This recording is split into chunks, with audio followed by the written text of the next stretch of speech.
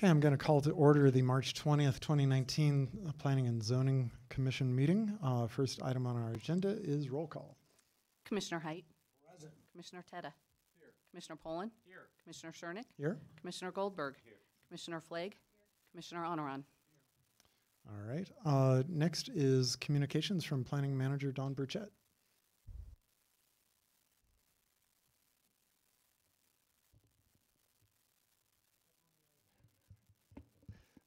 Chairman Schernack, members of the commission, Don Burchett. It's not very often that we actually get to introduce some of our staff that start working for the city before they actually come to the Planning Commission and present. And I wanted to let you know that in the audience tonight at the back table, we have Ashley Green. She's our new planner. She's going to be doing development review for us in the city. Since it's March Madness, we thought it was appropriate that she graduated from KU and Duke, so I think she's got a number of teams in the pool right now. She worked along the East Coast and most recently up in Salem, Massachusetts as a planner, and so we're happy to have her here working with us, and so we just wanted to let you see her before she showed up and made a presentation, so that's all I had. Thank you, Don. Welcome, Ashley. Let's see. Next is public invited to be heard. This is for any items that are not on tonight's agenda. If somebody would like to come forward and speak about anything that you'd like us to hear about, we'd love to have you come up. The way this works is you get 5 minutes. You get a green light for 4 minutes, a yellow light for 1 minute, and then I will cut you off when the light turns red. Anybody want to come forward? Seeing no one, we'll close the public invited to be heard. Next is approval of the minutes from January 16, 2019. Commissioner Poland? Yes, seeing that we have the modification where it notes the person who moved for approval of the motion, and everything else looks good with the minutes, I move that we approve the January 16, 2019 regular meeting minutes. Okay, motion to approve. Do we have a second? Commissioner Teta? Yeah, second. Seconded by Commissioner Teta. Any further discussion? Seeing none, let's take a voice vote. All those in favor, say aye. Aye. Any abstentions? Any nays? Passes unanimously. Next is an item that I need to point out is not a public hearing item, so we will not be doing a public hearing portion of this. It's Cinnamon Park Senior Apartments PUD Development Plan Approval Extension, PZR 2019-2, with Senior Planner Karen Bryant.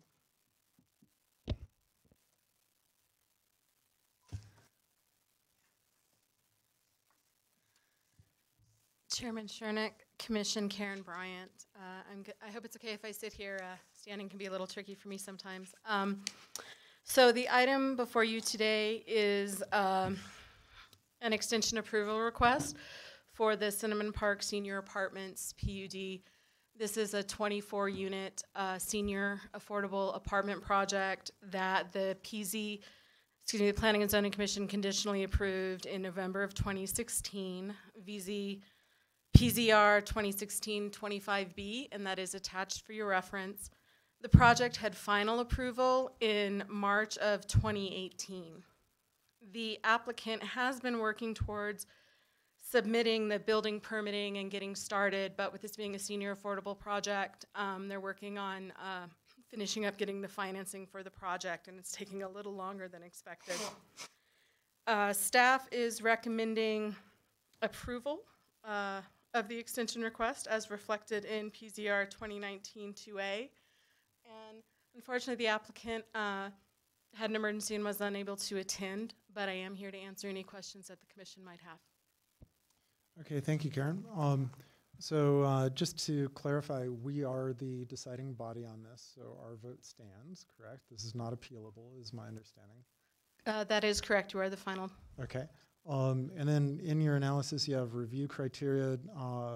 You indicate that the extension is not expressly prohibited by the code that governs it, and that the extension request was filed in a form established by our code and includes all exhibits and fees. Is there anything else that you think we are required to consider in this regard? No, sir. Okay. Any questions or discussion from the commission? Commissioner Pollan? Yeah, Karen, how long is the extension for? 1 year? Commissioner Pullen, yes, the extension that's being requested for and that staff is recommending is for a year. Okay.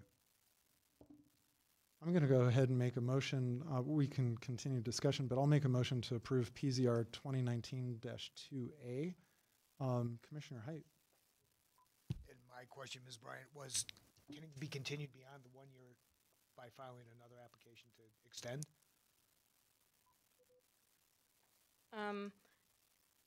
It can be, if need be. No.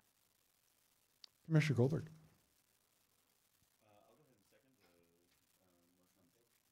Okay, we have a second for the motion to approve PZR 2019-2A. Any further discussion? Commissioner Flake? Karen, Mhm. why is it, again, that they have to have the extension? They just didn't get Building 3 built? Our codes require that they pull a building permit and begin work on a project when something has been approved. They've been unable to submit and pull the building permit because of still working on grant applications and the funding for the project. Okay, seeing no further discussion, let's take a vote.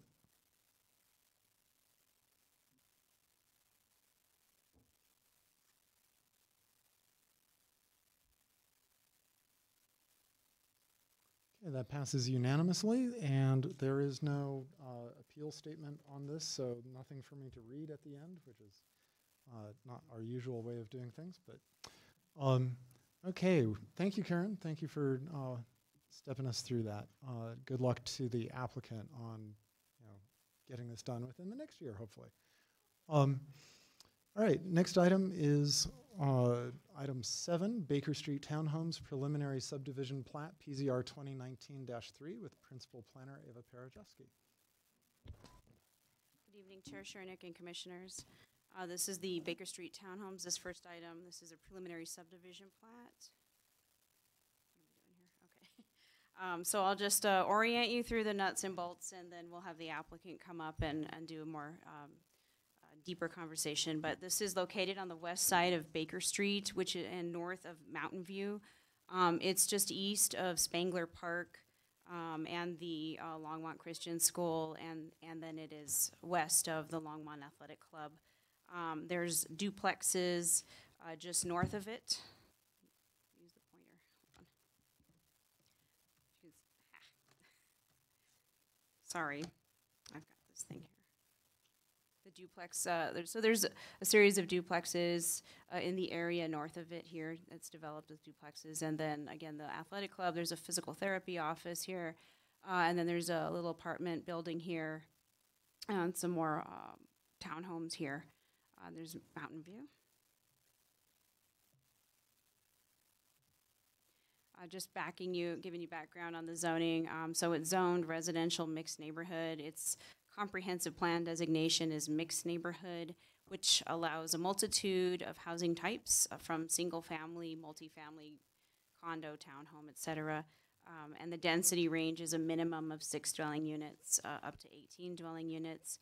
This particular parcel is 1.21 acres, so the allowable density for this parcel is between 7 and 22 units. This proposed subdivision map in front of you today is 14 lots, 14 dwelling units. There is a site plan application that was submitted in conjunction with this. Under our new code, site plans are reviewed administratively by staff, so you're just reviewing the preliminary subdivision plat tonight. So again, this is the preliminary plat. Baker Street right-of-way is here on the east side of it. They're looking to subdivide it into 14 lots for the purposes of building townhomes. Some of the building footprints will be 4 plexes, and then I think some 3s, and then some 4s, 3s and 4s. And the lot sizes will range from about 1,500 square feet to about 2,600 square feet.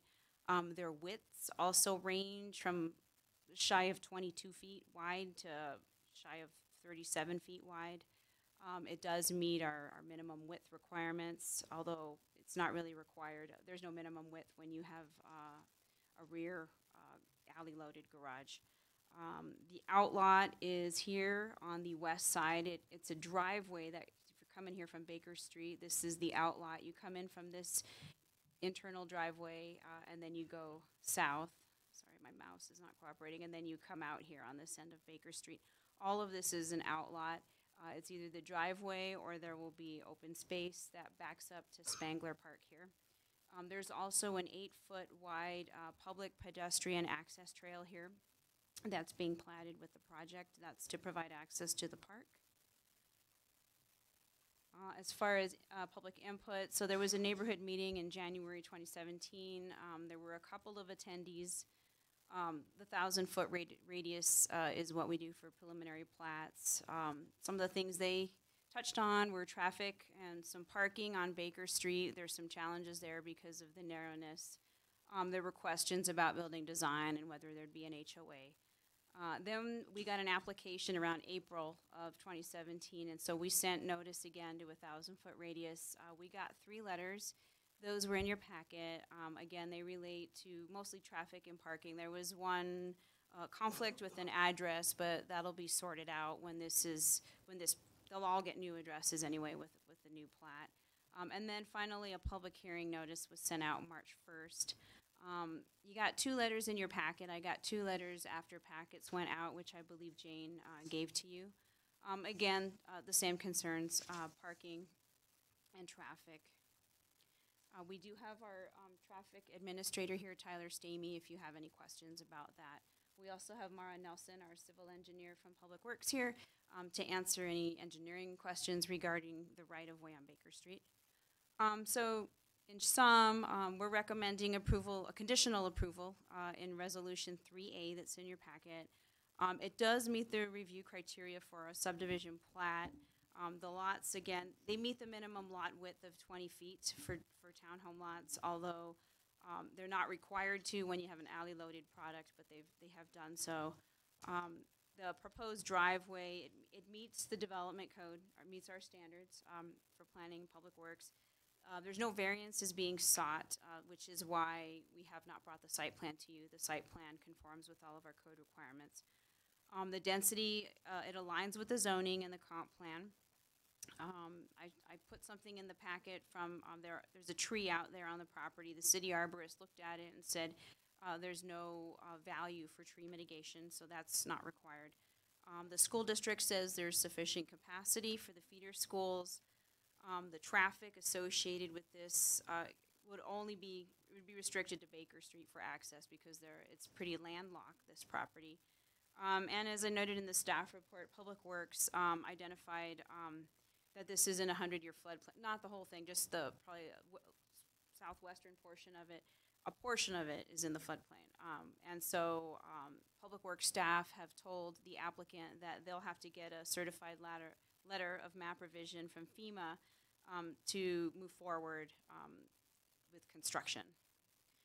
With that, I will turn it over to Jeff Van Sambeek, who's representing the applicant. I'll just let you just real quickly, I did do some that's just the site plan in case we need it for reference, but there is, in case this comes up, due to the narrowness of Baker Street, there's no parking pretty much most of the whole west side of Baker Street between Mountain View and 15th. Both sides of the street, this is the project site, so there's no parking there due to the narrowness, and there's across the street no parking as well. So I just brought these for illustration in case people have questions. I just wanted to have the photos there. This is looking north from if you're coming in Baker Street from Mountain View. So there's some parking on the east side of the street before you get to the project site further north. Again, this is closer to 15th Avenue up on the north end of the block on Baker Street. Pretty narrow, as you can see there from the photos, so there are no parking signs there as well. So with that, I will turn it over to Jeff Van Sambeek.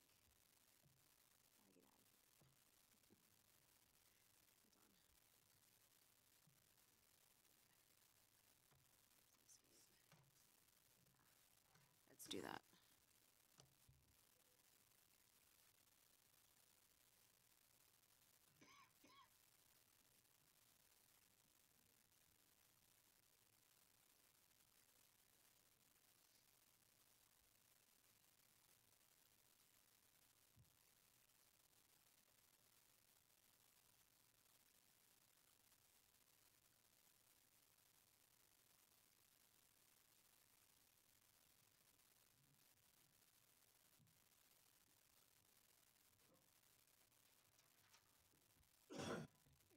Hello. My name is Jeff Van Sambeek. I'm an architect with Lodestone Design Group here in Longmont. The architect for this project, and just as a warning, I guess, actually the architect on the next project too, so you're going to get your fill of me tonight. The Baker Street Townhome project we've been working on for a little while. I brought some graphics to kind of show you the aesthetics that we're going for on the site plan as well as the building design, so you can get a sense of what it is that we're trying to propose associated with this plat that you guys are doing the review for. So the site plan, Ava had the copy of the plat in her presentation. This is a little bit more information on it. The yellow highlights are the 4 buildings that are being proposed. The center 2 buildings are both 4-plex units, and the north unit and the south, well, I suppose the north building and the south building are both triplex structures. The alley you can see sort of in a tan color wrapping around the backside of the building. We actually have a mix of paving patterns back there that we're trying to propose to kind of enliven the alley, give it a little bit more than just an asphalt finish, and make it more of hopefully an amenity for the property instead of just a place to drive your car to get into the garage. All the garages are alley loaded, and all of our units are porch fronted to the street. The concept is truly sort of a brownstone aesthetic in terms of the access, walk up from the street frontage. Our units are actually elevated about a half story above the street level, so you come to the front steps, come up to the front porch, front porch is elevated. It makes for a nice, we think, a nice sort of front porch community. The green line you see at the bottom is actually the access to an existing bridge across the drainage way there from Spangler Park. Currently, the bridge comes across the drainage way and just ends. So this will formalize that connection and bring it all the way out to Baker Street. A few copies of the elevations here for the structures. The aesthetic that we're trying to achieve is sort of a craftsman style for the neighborhood. Painted siding, asphalt composite shingles, and one sort of, we think, interesting feature of the development is because of our elevated condition in the top drawing there, the side elevation, the left side is Baker Street, so you can see we're about a half a level up, and the alley is a half a level down from that. Because of that condition, our main living level is actually 1 story up relative to the alley, so what we've done is created backyards on top of the garages, so that from that main living area, you do have outdoor living opportunities, get outside, enjoy that area, and enjoy the views across Spangler Park. Amazing mountain views there, so want to make sure we capture those and not lose the backyard living opportunity that the alley would typically inhibit. 4 buildings, each building has its own color palette, so we've got a little variation going up and down the street. Massing is different on each building for variety and just help improve that street character. So there's a series of review criteria for the plat. I've listed them all out here and hopefully go through them. The first one here is essentially asking whether or not this is consistent with the codes and comprehensive plans of the community. We're still working with staff to finalize everything, but yes, we've been working on this a while and everything is in compliance with the current zoning codes and the longstanding comp plan. The second standard asks whether or not we're compliant with all the city standards in terms of infrastructure and connections and traffic. And yes, the design is compliant with everything right now, and as we move forward through final plat and construction drawings, we'll continue to work with staff to make sure we stay compliant. Point C, it talks about compatibility with neighbors. As Ava pointed out, that the north of the property is actually residential neighborhoods. To the south is multifamily residential, and across the street is more commercial use of the athletic complex and some offices, doctor's offices. And then to the west, Spangler Park. Our use is actually sort of a transitional density between the multifamily residential to the south and the duplexes, and then ultimately single family to the north. So we feel it's very compatible with the neighborhood in that way. I guess the only other thing I'd point out is the way we've structured the development is to keep the structures. The park is still a public space, and we are nearby. The next issue or review criteria is questions whether or not the design has any adverse impact on the natural environment or any other features of the area. This is an infill project, and I think what we've done here is actually tried to maximize the opportunities that we have and minimize our impact throughout the neighborhood and in the environment. Specifically on Baker Street, we are adding a speed table to slow traffic through there. I may have a mistake there in terms of the on-street parking, but we're not proposing any additional on-street parking, so we're not going to impact anything with Baker Street's accessibility. Actually, the design with the alley configuration eliminates the need for individual driveways for units. So we're actually proposing only 2 curb cuts along this frontage, where other development models, duplex for instance, would have had multiple driveway curb cuts and multiple interactions for traffic. We're also, with our new greenway connection, actually formalizing what's currently sort of a informal connection to Spangler Park from Baker Street. People use this, they walk across it illegally, and now we'll be able to provide illegal access to the park. And then lastly, I think it's important to point out that while we are impacting the flood plain, we barely touch the edge of it, so we are going to have to go through that Clomer process. We are not actually touching the floodway in this area, so there's no impact to that stream channel.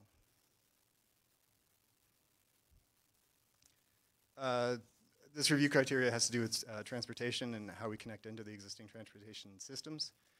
As I said, on Baker Street, we're essentially not impacting parking on Baker itself. The new speed table should help control traffic speeds. There's an attached curb, or attached sidewalk along Baker that we will maintain and improve as we get this built.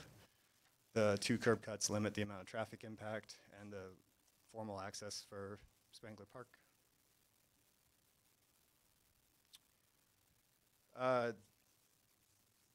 Review criteria F asks about making sure that we don't require future development to require variances in order to work. As actually the way this lays out, there's very little impact to any of the existing developments, and as I said, it is an infill lot, so there isn't really a lot of, well, there's no vacant land nearby to be looking at for native development. I think it's also probably worth pointing out that the way that our traffic pattern, our alley is structured, by bringing all of our lots towards the middle and bringing the drive aisle towards the outside, we've actually also left a buffer beyond the drive aisle, landscape buffer there that separates our drive aisle from the property line, which actually is a zoning standard that should any development happen in the future to one of the neighboring lots, should actually mitigate their need to provide a similar buffer. So I think we're actually hopefully solving problems in the future instead of requiring variances.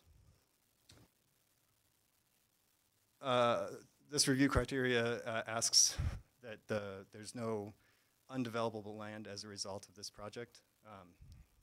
As I said, it's an infill lot. We are using the entire lot for either construction or that open space outlot. So there is no residual lot that would be left over as undevelopable. And the final review criteria talks about phasing.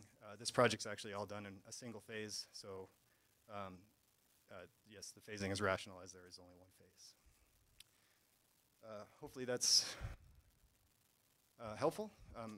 Definitely happy to answer any questions, and actually Eric Bertzloff, our civil engineer, is here as well, so he can answer any technical questions about the on-site design and see what we can do. Thank you, Mr. Van Sandbeek. Any clarifying questions at this time before we go to the public hearing? Commissioner Goldberg?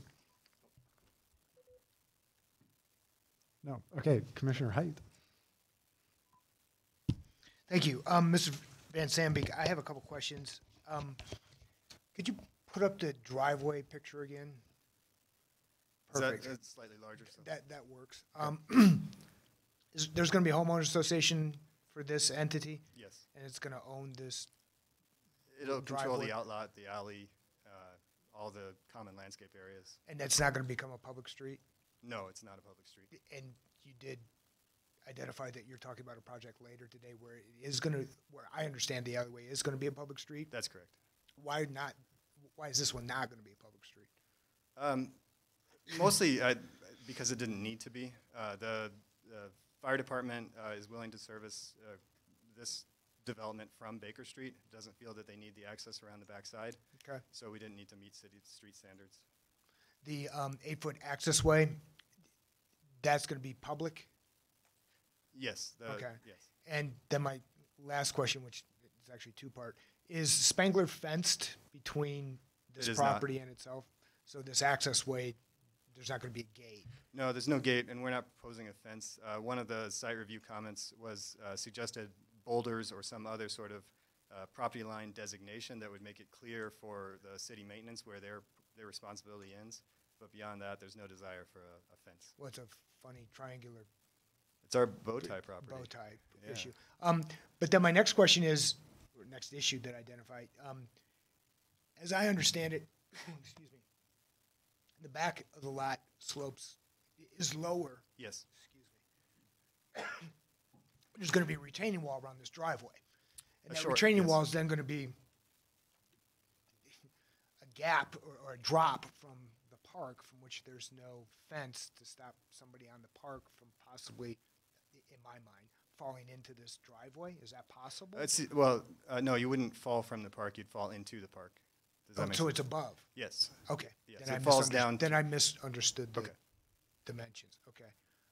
And is there anything that you need to do to protect against that happening? So we have a detail put together of essentially doing a boulder curb along that edge. The greatest fall on that wall is only it's less than 2.5 feet. Okay.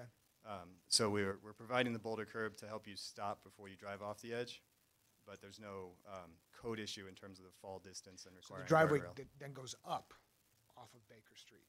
It actually drops down off of Baker Street. So Baker is higher than the park, Oh. and the alley comes off Baker. There is a slight rise, and then it drops down around behind the back of the buildings. That's why from the front, our main floor is a half a story up, but from the back, we're a full story above the alley, and we can tuck our garages under. And then one last comment. Yeah. You can't disturb more than 1 acre without having to put in a detention pond, as I understand it. That's You're correct. not going to do that. That's how correct. How are you not going to do that? We have been very careful on the design of that alley to disturb less than 1 acre.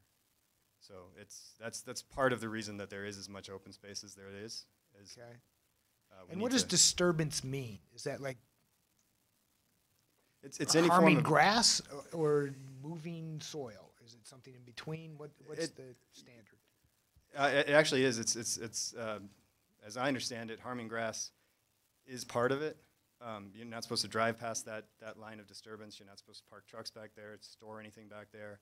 There'll be a fence put up along that line of disturbance, and the construction can't pass that line. The only exception to that is actually the improvements to the landscaping that we're doing beyond that line. So the landscape plan does propose additional additional trees and bushes and grasses in that area. But you can't change the topography, and so the No. topography is what you have to live with? That's correct. Okay, thank you. Commissioner Poland? Ava, couple quick questions. They're still waiting on their Clomar. Is there a reason why that's not part of a condition for the approval of this? Commissioner Poland. We decided not to make it a condition of approval only because it's federal law. I mean, they cannot get their building permits and they've been told this in writing by Mara and the drainage engineers. So we felt like it was sort of redundant because it was something that they know that they cannot get a building permit for without this. But certainly, you are the decision-making body, and if it makes you more comfortable to add that as a condition, that's certainly, within your right if you want to add that as a condition. Okay, the second question, similar, is for the Alta survey. It states here, the applicant understands that if the preliminary plat is approved and they determine in final planning that more than 1 acre will be disturbed, that they will be required to redesign the plat. Once again, any kind of reason, was there consideration for making that part of a condition? Yes, again, Commissioner Poland. So we discussed this among Public Works staff and planning staff. We asked them to provide us a visual depiction of their area of disturbance and prove it up that it was less than 1 acre. They did give us one, and that satisfied Public Works for now, but we told them moving forward with the final plat and going into construction documents, should we find that more than 1 acre is being disturbed, we will stop this and send it all back, and they'll have to put in a detention pond. So I think it's been made clear to the applicant. And that, again, we thought about it and thought, well, okay, they know what this regulation is. It's federal regulation, as far as I know, that Jude is enforcing. So they've provided the documentation showing that they will not disturb more than 1 acre, and they will fence off what's not being disturbed. And again, as we go into final platting, if this is approved tonight and we go through construction documents and we find that more than 1 acre is being disturbed, we'll have to do some rework of the drawings. But that's why we decided not to add it as a condition. Commissioner Flake? I think this is for this gentleman. How much of the site is included in the Clomer?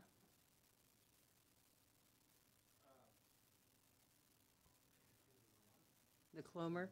Yeah. Did we lose it?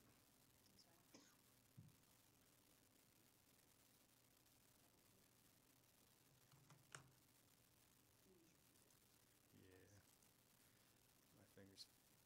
Let's jump down.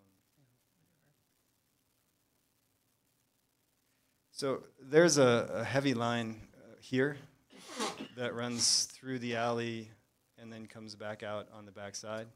That's actually the edge of the floodplain. The edge of the floodway is further up and doesn't impact our developed area.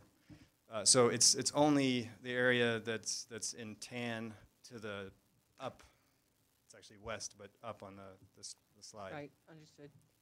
And so, since you have that situation, where will you be placing your HVAC systems for these units? So most of the mechanical systems are actually on the lower level, but the lower level is above the base flood elevation by 2 feet. So the purpose of the clomer is to take this floodplain line and move it out to the edge of our alleyway. There's a way to make this big, right? I did that wrong. Okay. So the floodplain will move out to the west side of our alley, and our properties, our homes, and the alley itself will all be elevated above the existing base flood elevation and outside of the new floodplain. So we're able to put our mechanical systems on the ground floor of the building. There is no basement below that ground floor, so that's where our mechanicals go. So that means you'll be bringing in fill? There will be, yes. Okay. What kind of fill and where from? We don't know yet. Oh, I don't know where it's coming from. Underneath the buildings themselves will need to be some sort of compacted structural fill. The remainder, and the alley as well. So that'd be actually the majority of the site. There's some areas of berming in front of the buildings and on the sides that relate to the landscape that could be less quality fill. Less quality fill. And so you're taking into consideration you're using a structural fill. So the areas that will be landscaped, will you be putting a different kind of soil? Certainly the underneath topsoil will be different. Below the topsoil layer, it wouldn't be structural fill because that's more expensive and not nutrient rich. Okay, and so to what depth will you be putting the nutrient-filled? From native grade up, so it depends on where at. The front of the property is actually berming up from essentially this red line on the bottom of the drawing to the front of the buildings. That berm slopes from from native grade to about 4 feet high at the front of the building to kind of help mask our half story up that we're trying to achieve. So at the front of the buildings, we'll have fill of up to about 4 feet. For the most part, the rest of the site, there's not a lot of fill that is landscaped except perhaps the landscape outlot to the right and to the left of our alley in this plan.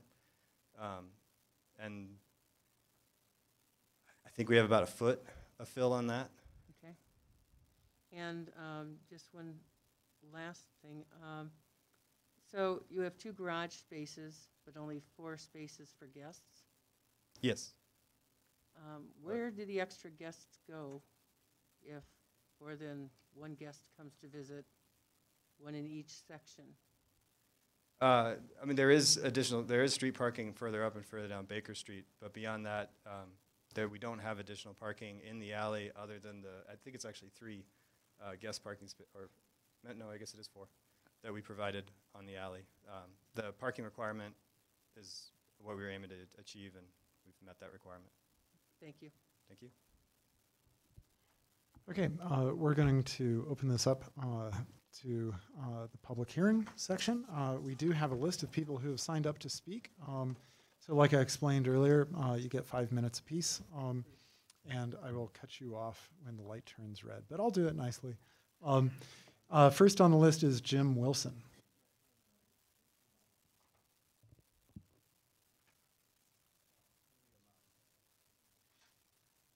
Thank you. Jim Wilson, 1440 Baker Street. First, let me say I'm not anti-development. Okay, I worked for affordable housing development for Boulder County for many years. But what I get it, you know, we need housing here. My concern here, though, is the size of this development.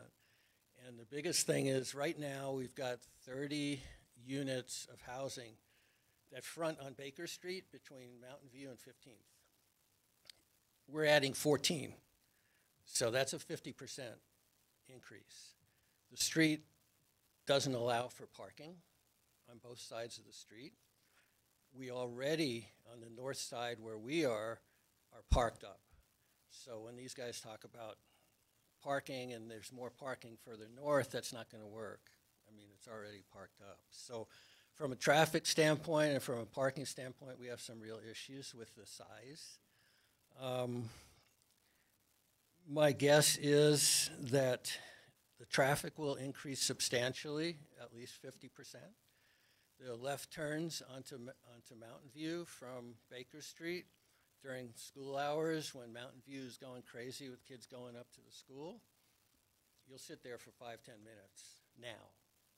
So I don't know what it's going to be like later when you add 14 units to that, okay? The curve, one of the things that they didn't address here, the one driveway is right on a curve, an S-curve. Visibility is virtually nil, and you're coming in and out of that driveway with cars. I know right now they're flying 35, 40 miles an hour around that curve. So you're guaranteed to have a problem. So, you know, from a traffic standpoint, that's a big issue. I appreciate the connection to the park. I think they've done a good job with that. One of the things that's not factored in, you guys haven't been out there, you don't know what it looks like, but there is a pond behind there.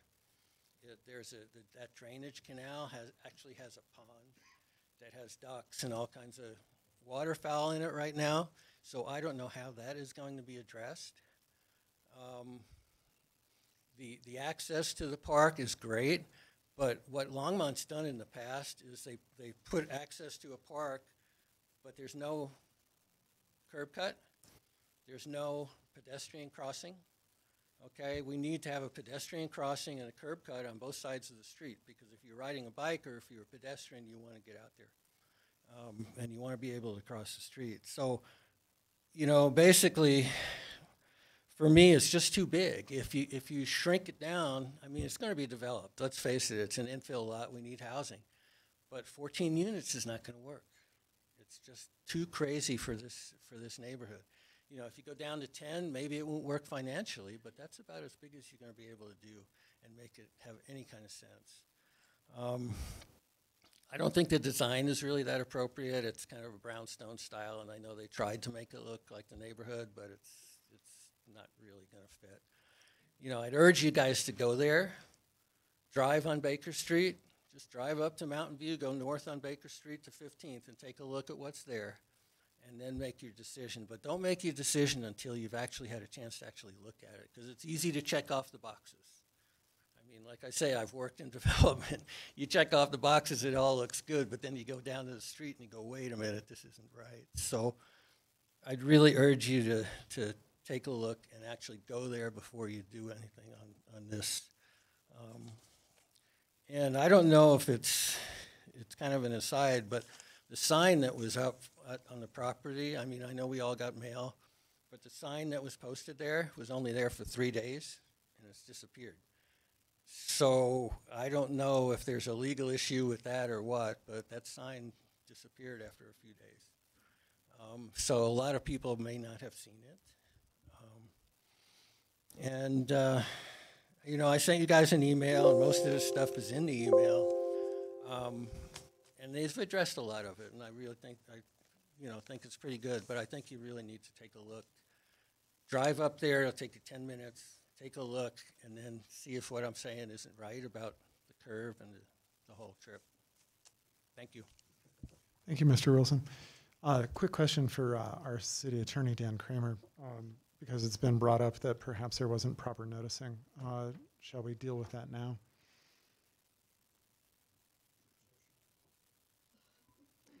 Chair Shernick, I'm wondering that myself. Now that we have a new development code, I am looking up the relevant provision. Give me 1 sec. All right, thank you.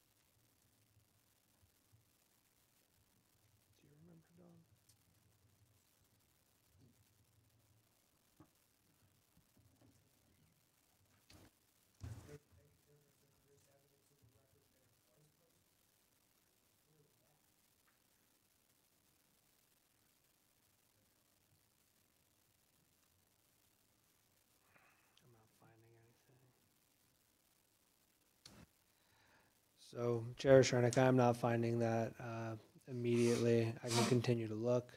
I don't remember that we changed that provision. I think that it probably would be wise to look into whether notice was adequate and make a determination on that. Okay. If there is information in the packet bearing on the posting of the notice, I agree that would be a good place to start. Would it be okay if we completed the public hearing and then made that determination? I think that would be fine. Okay, we'll proceed with the public hearing then. Next on our list is Teresa Foster. Thank you, Dan.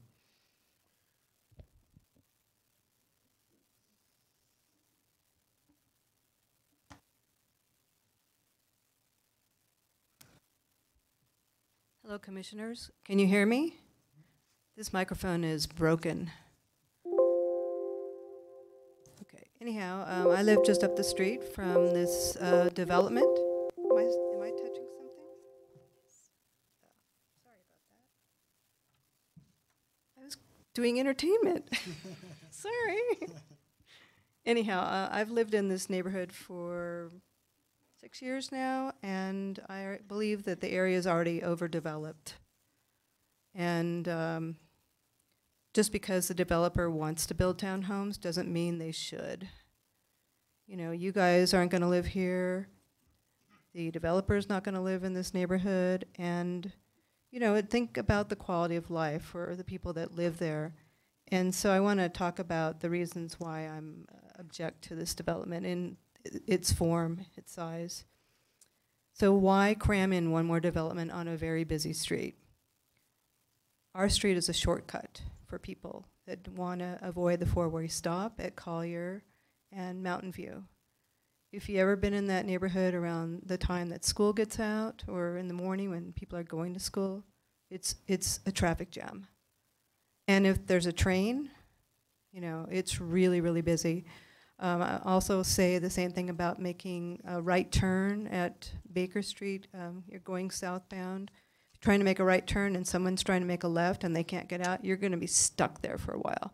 Now just add how many more cars for 14 homes? It's going to be a real problem. I'm kind of glad to see that something was done about a speed bump, because really it is a speedway, and when Jim said that people drive really fast on that road, it is true. There are young children all over that neighborhood. Where's this traffic study? I haven't really seen anything anywhere about a traffic study. How is the growth going to affect the neighboring streets? Mountain View, 15th. I mean, 15th isn't such a big deal, but Mountain View is really heavily traveled. You know, can Mountain View handle the excess traffic? So, and I want to say something in general about growth in Longmont. I've been in the city since 2006, first on the southwest side and then 6 years on Baker Street. And where's the master plan? Is it development at all costs, or are we talking about quality of life for people who live in these neighborhoods? Infrastructure. You know, who cares about the infrastructure? It's clearly lacking in our part of town. And by the way, nobody has said anything about the trains. The people that are going to live in this development, they're going to be subject to the same train noise that we are, which is extremely loud, and they blow their horn really loud at 15th. At Mountain View. It just blasts, and it echoes off the buildings across the street. So, you know, no one said anything about train noise, and who's going to want to buy with the train noise right there? Anyways, back to infrastructure. Shouldn't the city be looking at improving infrastructure throughout the entire city? And so I guess some infrastructure issues are going to be addressed by the developer, sidewalks, crosswalks, but, you know, having a curb cut so that people can get their bicycles to the park. You know, and for me, I don't want to have to use my taxes to pay for this kind of stuff. So if it's going to be development at all costs, then please reduce the number of units. You know, put the brakes on, you know, think about what you're really looking at in terms of this development, and go visit the neighborhood. Really go visit and take a look at what you're going to approve. You know, I mean, I think it's going to get rubber stamped anyways, no matter what I say. But And also, there are wildlife. There's waterfowl that come, and they're in that field all the time. And where are those geese going to go, you know? They really like to live in that little area back there. So that's all I have. Thank you. Thank you, Ms. Foster. Next is Dan Lundeen. Lundine? Is he still here? Dan Lundeen or Lundine? Nope, okay. Is there anybody else who would like to come forward and speak? This is the only public hearing part of this, so now's your chance. All right, seeing no one, we will close the public hearing. We will go back to City Attorney Dan Kramer, who has an answer for us about notice. Thank you, Chair Shernick. Don found it. It's the same as it used to be. If the adequacy of notice is questioned at a hearing on the application, the commission shall make a formal finding regarding whether there was substantial compliance with the notice requirements of the development code before proceeding with the hearing. Okay, Ava, as Commissioner Height mentioned, you have put in our packet a lot of detail about how this meeting was noticed. A member of the public said that one of the signs on site was only there for 3 days. My first question would be, what is our standard expectation for the time that that sign has to be up? So Chair Shernick, the requirement by code is that the sign has to be posted 14 days before the public hearing. I did post it well longer than, I posted it March 1st. Today's March 20th, so I posted it 19 days prior with Ashley.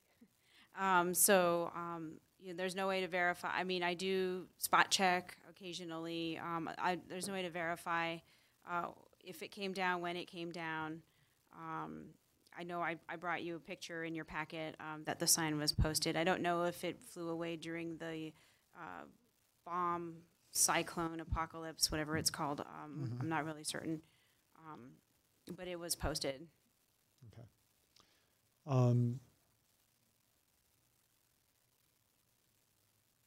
Do we have, so basically what you're saying is that we have the requirement that it be posted 14 days prior, but we have no ability to ensure that it stays posted the entire 14 days. Chair Shernick, we do spot check. Right. Just due to our workload, we Sure. just can't, it's not feasible to drive every day. And like I had 2 public hearings here tonight. We also have council items. So sometimes it's just not feasible to drive by properties, various properties every single day. And we're also doing other sign postings for other projects. So we do spot check.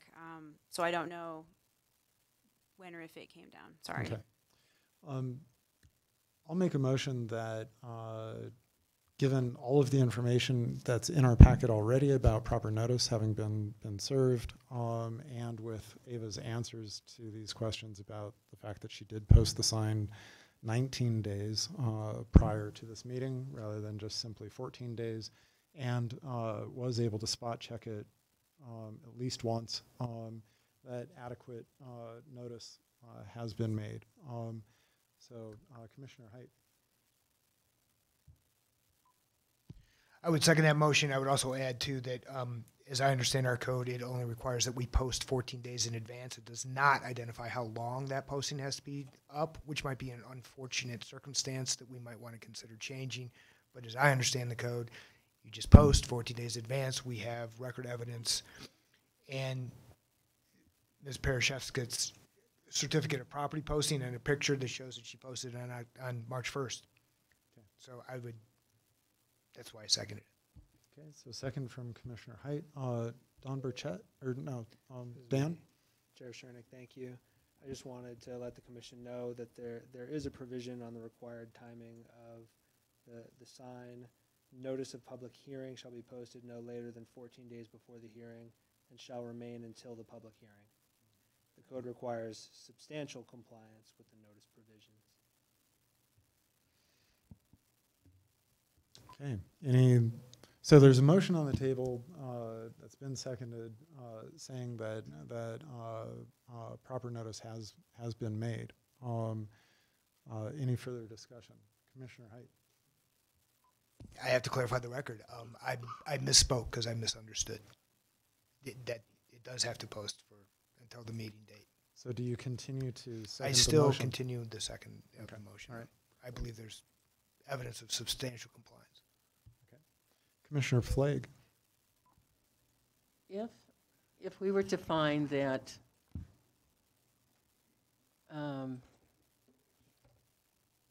if we decide that it has to be reposted, what does that do for the timing of the development? Commissioner Flake, I guess if it has to be reposted, it would come back next month. So as far as timing, it would be an additional 30 days. And during that time, the applicant would still be working on the clomer, which has to get done anyway before they build. Is that correct? Correct. But it would lengthen their time of being able to submit their final plat application to continue on the project.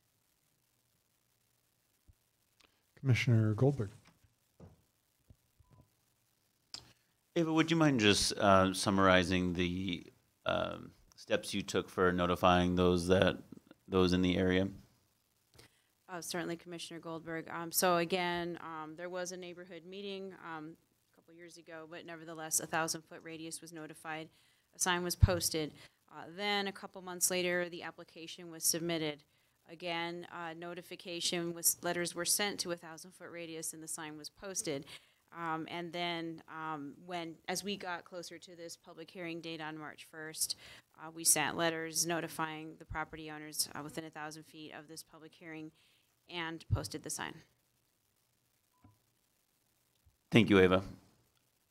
I think for the sake of, I think the city has certainly met the intention of the criteria and done their best to notify appropriately, follow the list of criteria that they're obligated to meet, newspaper mailings, posted on site. It's certainly unfortunate that the on-site one blew away or disappeared at some point, but it seemed like kind of all efforts have been made to meet the criteria. So I'd be supportive of the motion on the table. Commissioner Teta.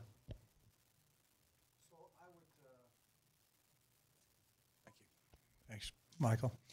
The simultaneous mailing within a 1,000-foot radius seems to me like it would satisfy the noticing requirements. Again, I would like to know how many people get these mailings. I don't think it's an issue in this particular circumstance, given the density in the neighborhood, but I think there are circumstances where there may be one property owner within 1,000 feet, say, and so the indicating the number of feet doesn't necessarily give a full picture of the notification.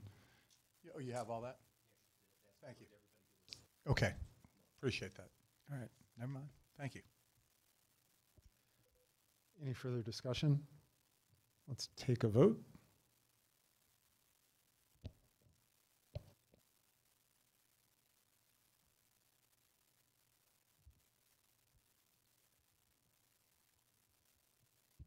Okay, it passes unanimously that proper notice was given, so we will continue with this item. We are done with our public hearing, and we are back to questions and discussion from the commission. Commissioner Flagg. Yeah, I have a question for Mr. Stamey.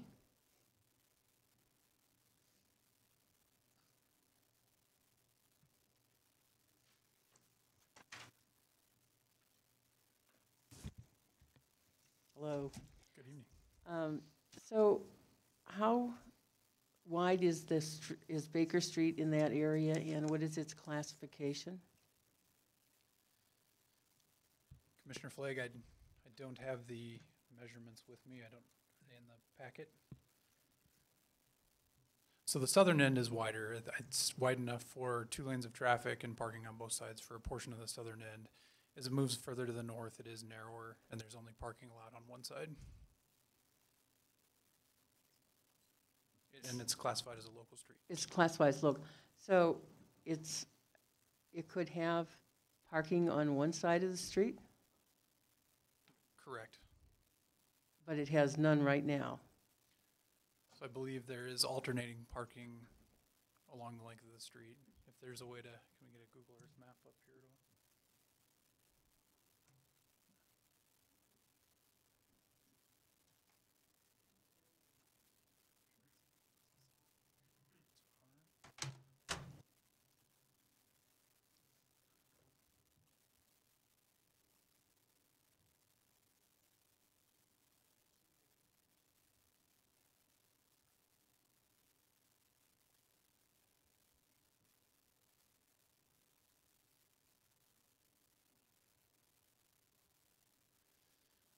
All right, so here's Baker Mountain View.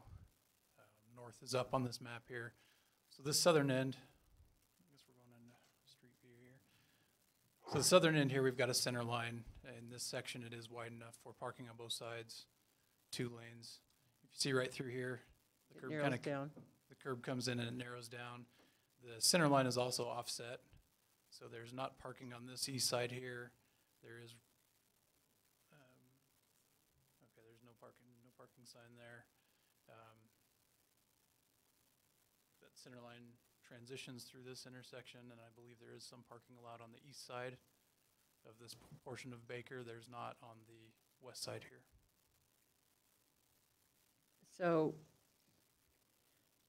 if, hypothetically, the lines were more judiciously drawn, could there be parking on one side of the street through the narrower section? I believe there are opportunities for parking on one side of the street through the narrower section. Okay, except that it appears to me from what this shows is that no parking is allowed in front of those buildings, which would be quite advantageous, in my opinion, in front of those, and yet the line seems to be over to the right. And it is a local street, and so it's not thought to be a collector. So my understanding of how local streets work is that there can be parking on one side of the street as long as there's room for emergency vehicles to get through. Could there be such a situation on this street, even though there is not right now? I believe there's room. I'd have to check the widths, but I believe there is room for parking on one side of the street here. But that would have to, but there would have to be the center line adjusted in some way, and there couldn't be parking along, based on the curve of the road to the north, there couldn't be parking the full distance in front of the proposed development, but there could be some.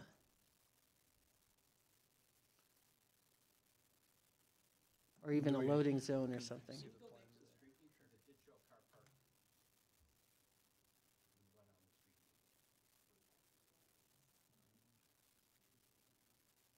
And that appears to be further north, right, on that east side.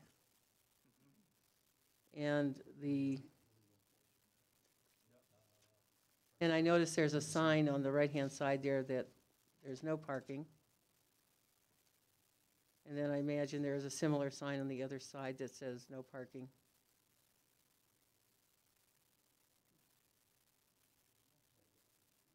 But if there does seem to be space to allow such, even having 4 or 5 spaces along that western side, or the eastern side, whichever, would tend to alleviate some of the issue with people having extra folks visiting, and then they wouldn't have to impact the parking further north or on Mountain View. Potentially. So I think if you look at space available between these driveways, and I think why the intent of the striping laid out this way is that there would be less parking between those 2 driveways, so that you've got sight distance as you're leaving those 2 driveways, and that there's more availability. You could get more parking spaces by parking on this side of the street as it's currently striped. Sounds like the signs might not match the striping at this point. Can we figure out how to get that done? What would that take? So I think that's taking a look at the drawings and seeing if that can verifying that it'll fit, but I think that's a Right, matter right. of line work on the plans, that there's some additional public improvements that the developer's doing with that speed table that they're putting in, so. It would seem that that would be helpful. Thank you. Commissioner Onaran. What is the posted speed limit on Baker? Commissioner Onaran, it's either posted 25 or unposted, and unposted by default is 25 in Longmont. Thanks. Tyler, I have some questions for you.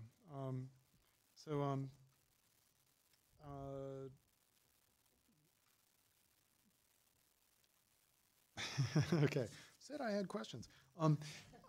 Okay, one of them is, as we were looking at the street layout, on the design, the speed table was located further south relative to the proposed townhomes. Given some of the public comments about the curve and the driveway location, what about putting that speed table or even an additional table close to that driveway? But I noticed as you were using the Google Earth image that there are some driveways for properties that already have been built. Can we look at that curve area? I mean, is there some reason why there's only one speed table and not more?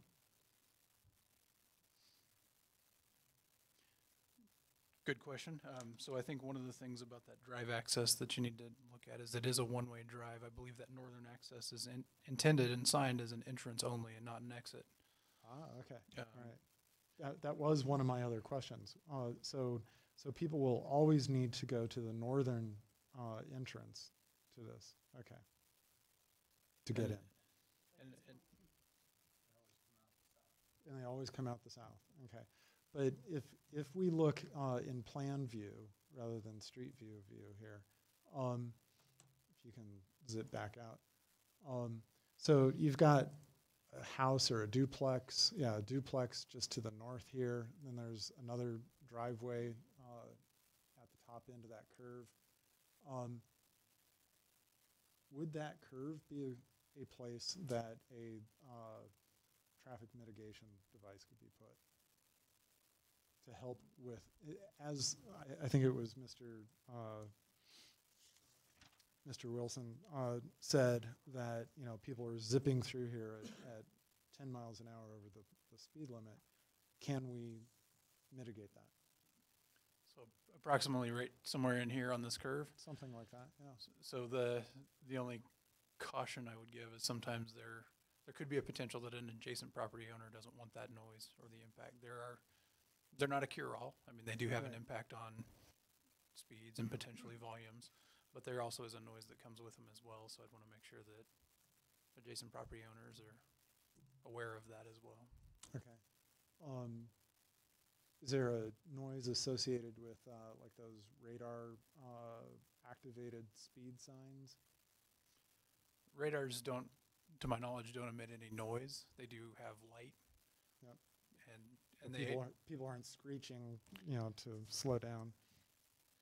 Potentially, I won't say it doesn't happen, but you know, there is a longer term maintenance cost with those as well as operating. We've got to get power to them. We've got to maintain those over the years too. So, okay, and probably not overall as effective as speed tables. But. Right, and Mr. Wilson also mentioned that for where the trail would go through this development to get to Spangler, that there should be curb cuts on both sides of the street. And but on the drawings we were looking at, the speed table is not located there. Wouldn't that make sense to perhaps put the speed table and combine it with a crosswalk? Is that something that you guys might entertain traffic engineering wise? So I won't say it's not possible or feasible. I think the intent potentially of the location of that was to try and get that sort of the mid block where you've got where you see the higher speeds. Okay. Potentially closer to the south to the intersection, you might not actually have as high as speeds as you see a little further north. Where that trail crossing is too, you would have potentially kind of an awkward transition coming out of that driveway as you're turning onto the street. You'd have a bit of a, could be something to consider. Right. There is, let's see. Mr. Wilson also mentioned the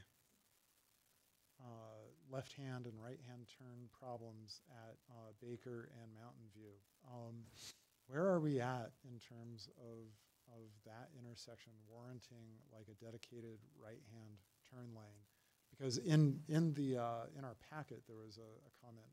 I don't know if it was Mr. Wilson or not, saying that what would solve the backup of traffic on Baker would be having a dedicated right-hand turn to go west on Mountain View, so that the people who are waiting to turn left can sit and wait, but people could get out and make their right-hand turn.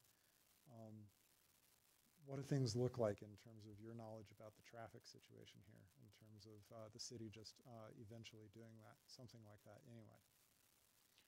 So overall, this intersection is relatively low volume. It's a local street intersection with a collector.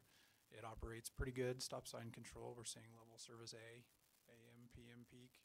Those left turns are about level service B, so 10 to 20 seconds of delay on average for that peak hour. There could potentially be times during that hour, during school time. Yeah, school is really intense, and we see 15 minutes where it's chaos for sure.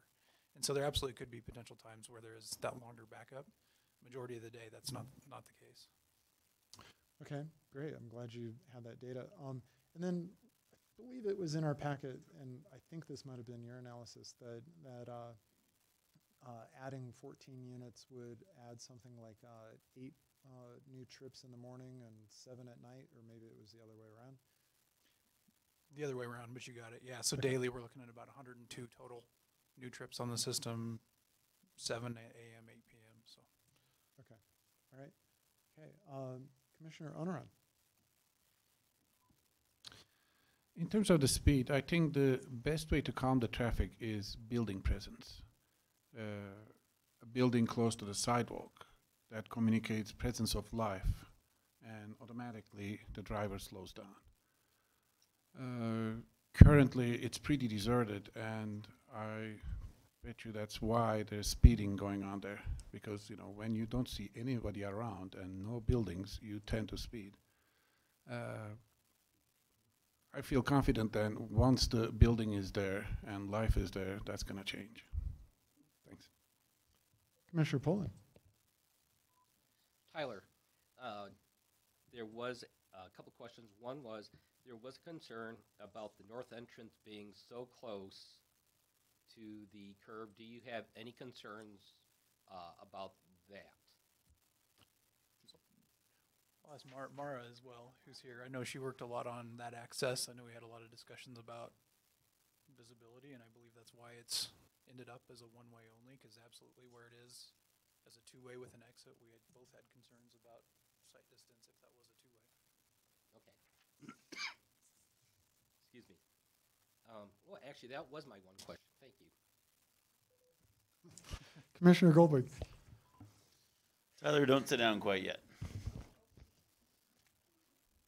Tyler, I'm almost embarrassed to do to you what I'm about to do to you, but I don't think anyone in the audience could hear some of your comments that I think were really critical to helping us make a decision today. So I'm just going to echo really two questions that Chairman Chernak asked you just a moment ago, but I need you to speak into that mic a little louder. Could you please just succinctly summarize your traffic study, or the traffic study that suggests the impact, trips and vehicles coming through during peak times and not peak times with the proposed project? I think these studies can be frustrating for neighbors.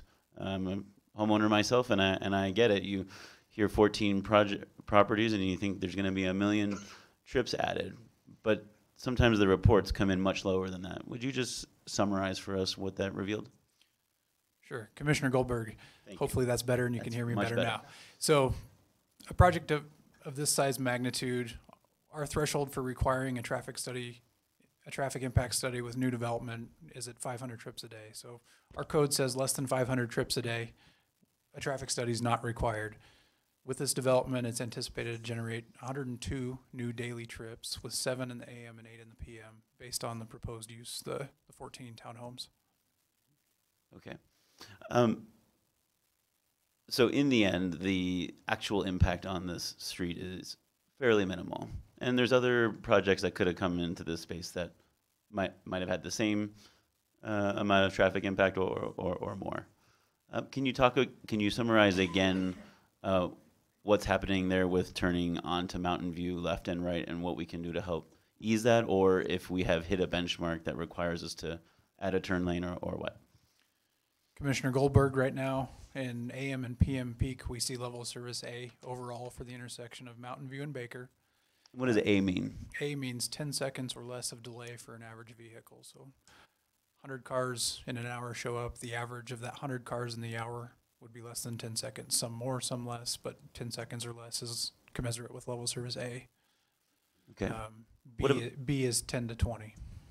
And what is it at its, does it get worse than that, or are we A all the time during school traffic, and other peak times? So those are the two worst peak hours. There are potentially periods shorter than an hour, potentially that 15-minute period when school is letting out or dropping off, where we do see a little bit more delay. I don't have that quantified, You don't have that quantified. but absolutely, that's a very real possibility. Okay, and there was a couple other comments, again, speaking to Mr. Wilson, but not just Mr. Wilson, several other folks in the audience about, the intelligence of having the entrance into the, on the north side. It sounds like we've mitigated any problems there by making it one way. We've discussed where to place the speed control devices, and perhaps near the north end, perhaps near where the entrance to the park is. Thank you. I'm going to just say what I think about the location of the speed table. I think now that Tyler has explained, how traffic tends to go faster in the middle of the block, that it is appropriately positioned in the drawings that are in front of us. I also agree with Commissioner Onaran that as this gets built out, people will slow down. As there is parking on the street, people will slow down. What slows down traffic is indeterminacy. When you don't know whether a kid is going to jump out between cars or if a car door is going to open, people will slow down. So absolutely right, Commissioner Onaran. I do have a question for Mr. Van Sandbeek. A couple questions, actually. So thank you, Tyler. I'm sure we'll have more. Thanks for being here tonight. Question for you. Could you bring up your drawing that shows, it's the sideways drawing, the site plan. Yeah, that one. Can you zoom out a little bit so we can see the trail connection? Yep, great. Okay. Why does your trail... Oh, sorry. Oh, hello. Sorry.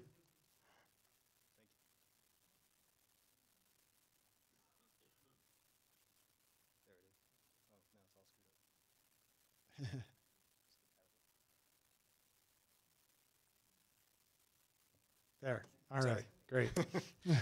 Yeah, don't touch it again. I won't help, I promise. Why does your trail go so far to the west and then curve? Because in my mind, you're going to get people cutting off. And in order to get to the bridge, you're going to have people just traipsing right across your grass. They're not going to go all the way. The desire line is actually a less acute turn than that. But I don't know the topography. Is that there because of the topography? Do you have to get to a certain point before you can start to curve? No, I mean, it does slope downhill from Baker towards the bridge, and bringing it out wide may improve some of the length and the ADA access, so we keep that slope to a minimum. I suspect if you did sort of shortcut that line, you wouldn't lose that much length out of it, and you probably still meet ADA slopes there. Okay. Honestly, I think the reason that it does go so far out before it sweeps is partly an artifact of a previous design, but also partly a desire to get to park property as soon as we can, so that we're dedicating less of our property to the open space. Okay, fair enough. Just be prepared for people ignoring the trail. Sure. Yeah. Okay. And then I think I saw somewhere in this application that you actually are going to do some noise mitigation in the construction of the units regarding the trains. Am I right about that? I don't recall that, though. Oh. The new construction relative to obviously anything built in prior codes, it is thicker walls, better insulation. So we will have some better performance than certainly older homes in the neighborhood. The newer homes, say the duplexes to the north that were built within the last couple of years, my suspicion is those are built to code and probably similar level of construction to what we're proposing. So if they have a problem with noise from the train, I suspect we would as well. Right. It's actually great feedback to get tonight, so I'm glad I was here. And it probably will be something that we'll want to address at a minimum on that east face of the building where it faces the train access. And different types of insulation have a huge impact on noise, and different types of window glazing can make a huge impact as well. Okay. And also, we haven't talked about this yet. What do you project that the price point of these units might be, the market price? Yeah, I honestly don't know. Okay. Yeah. Right. And if I remember right, 2 of the 14 units will be designated affordable? No, that's the other. Oh, that's the other project. Yeah. Okay. So any of these are, how many of these are affordable? No, none of these are dedicated affordable. Okay. All right. Okay. Thank you. Commissioner Poland. I just want to make note that both Jim Wilson and Teresa Bosser had indicated to take a drive through that area. I can actually say that over the last couple of days, I have driven that area. I did drive the street, paying attention to the curve. I do agree with Commissioner Aaron that because of the openness, that I think that does probably bring people to drive faster than they should. I can easily see that if there are the houses there, that it will help. If there are cars parked across the street from there, somewhere along the street, that will also help. So I think all those, along with the other mitigation, will tend to keep the speeds down slightly on that street. I can tell you that I understand the concern for parking on the north side because, yes, when I went there, the north side was parked out. 2 cars can get by up there, along with the car being parked on the side of the road. I didn't see much. It didn't, to me, seem noticeable of a difference between where this development is as far as the width of the street and the north side. So as long as you only have parking on one of the 2 sides, it's tight. But then again, it's that way in other sections of the city. So as far as my personal thoughts on that, I've driven it. I've taken note, took note of the complaints and kind of had my eye focused on that. And while it may be crowded like it was on the north side, it's not going to be, I can't see it being any worse. It's just going to have to be at worst the same as what it is on the north side already. So that's my 2 cents on that subject. Oh, also for Teresa Bosser about the train, I actually had the privilege 2 years ago of looking for a new house in Longmont. I actually did look at a couple of houses along the area where the train runs along that area, not on this street, but on a couple others. As a house buyer, I will say that I was cognizant of the train, where it was. I tried scheduling a couple of visits so I could be there and try to be there while the train passed, which I was, to hear how loud the train was from the house. And I do know that my realtor made note that there was a train nearby. So it's one of those things that's going to have to be a buyer beware. Might it scare off some people? It might scare off some people, but it's not going to scare everybody off. As long as it's a quality building, people are going to buy in that area of Longmont, whether it's by a train or not. So at least that's my thoughts on that. So just want to put that out there. Thank you. I'm going to jump in with one more question that I have. Mr. Van Sambik, the athletic club is across the street from this development, right? Yes. Okay. It does look like they have a fair amount of parking. Have you talked to them at all about maybe like a parking agreement to share their parking? Or would you leave that? I mean, that could be left to the HOA to work out eventually. Yeah, it certainly could be. I've not done that in a more of a neighborhood, residential neighborhood concept as opposed to, say, an apartment or a mixed-use commercial concept. So I suppose an HOA could get that worked out. Okay. But have you investigated that at all? No, we haven't. And I Okay. haven't done any kind of parking calculations for them to see if they would even have any to technically spare. Okay. All right. Okay, great. Thank you. Commissioner Height. Thank you. Mr. Sambeek, back to your site plan, sorry. The red line, that's the property line, Yes. and all your setbacks are calculated from that red line? Yes. And the outside of the red line, Baker Street, is that the right-of-way, dedicated right-of-way? Yeah, along Baker Street, yes. And is there a tree lawn in there right now, or is there a sidewalk in there? There is an attached, I think it's a 4-foot concrete sidewalk. There is a sidewalk already there? Yes. And so your attachments, and excuse me for my lack of eloquence, the dark lines on your drawings coming off your 14 units, those are the stairway coming down? Exactly. And then there's sidewalk that connects to the, well, I'm sorry. To the attached walk. Paving to connects to the sidewalk. Query whether or not if the right-of-way was turned into road, how would that impact your design? It may not. We are using, we're taking advantage of some of that space in the right-of-way that winds up being green space in the front of these houses. And is it calculated as part of your green space requirements? Or No, not? because that's all on-site. It's off-site, right? Yeah, am I Okay. wrong? But your stairway, if it abutted the, Yeah, no, the stairs are all on-site, so they wouldn't be impacted. If you couldn't squeeze a sidewalk in there though. With no, your not design. if the curb came all the way to our property Okay. line, we'd have to change something. Okay. I do think there might be impacts to the utilities that are in that area that might be problematic. There's gas and electric in front of these units that I believe are partly in the right-of-way as well. So I'm not sure that curb line could move without moving those as well, which would then force the buildings further back. Okay. My next question, Tyler's for you. How come the road gets narrow right here? Why isn't the full right-of-way used, or why isn't it congruent with the rest of the width of the right-of-way on Baker Street?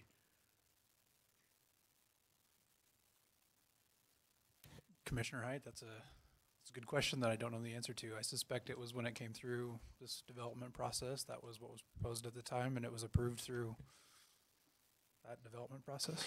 And for the athletic club's parking lot, is there more right-of-way that extends into this, I guess that's the east side of the road? Do we have any right-of-way plans? I don't know the answer to that. Okay, thanks. Commissioner Goldberg. Thanks, Chairman. Yeah, Mr. Sambeek, there's a small pond or body of water on the park side, and one of the public were concerned about what might happen to that or your project impacting that. Sure. What can you tell us about that? So the drainage channel comes from the north through a channel. And then you can see the arc through here where the contour lines compress. That's actually the edge of the drainage, or the pond rather. And then it goes back into a channel underneath the bridge at the south side of that pond. Our property doesn't actually extend all the way to that pond edge, and we're actually holding ourselves off the back of the property in order to minimize our development area. So we don't actually we're not disturbing or grading or even landscaping toward the edge of the pond. Okay, thanks. Well, I think given the discussion by the commission and the feedback from the applicant, from feedback from Tyler and his traffic reports and traffic studies, and Planner Pehezhevsky's feedback and presentation. I'm really finding difficulty finding a reason to deny this project. The city has outlined that they've met the criteria. I empathize with the neighbors, and I appreciate them coming out and offering their feedback and concerns, and I appreciate the commission engaging all of the concerns brought up. I think we checked off most of them. So I'll turn to the commission for any further discussion, but I'm having trouble finding a reason not to support the project before us. Commissioner Teta. In general, I agree with Commissioner Goldberg. I had a quick question for Tyler, though. Tyler, seemed like we talked about the potential for adding parking maybe to one side of the street. I was just curious, going forward, what would your strategy or plan be for finding out if that was feasible, and if so, if it would be implemented, or So Commissioner Teta, I think this currently allows for parking concurrent with the striping. As I was looking at the sign that's currently installed, the sign right here is a restriction going to the north. So it has an arrow pointing north, so parking is allowed south of this sign currently.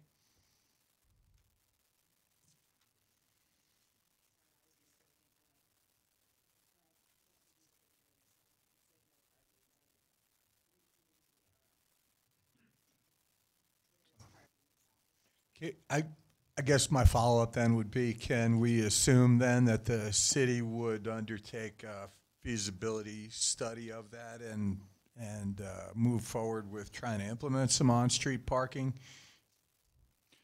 Or is that going too far? So I'm saying the parking currently exists. It's already there. No changes are needed to implement it. Other than the removal of signs, or? The signs are in place and they match the striping, so the parking is allowed. And it's on the west side, right? Correct. Thank you. This might be for Tyler or maybe Ava, I'm not sure. In my mind, there's still a question about the suggestion of two curb cuts where the trail starts, and maybe just striping a crosswalk there. Is there, this is from Mr. Wilson's suggestions, because I think he's right. We now are going to be funneling pedestrians toward that trail, because they've just been walking straight across the empty lot, no matter, so that diffuse pedestrian traffic is now going to be on that one trail to get to the bridge.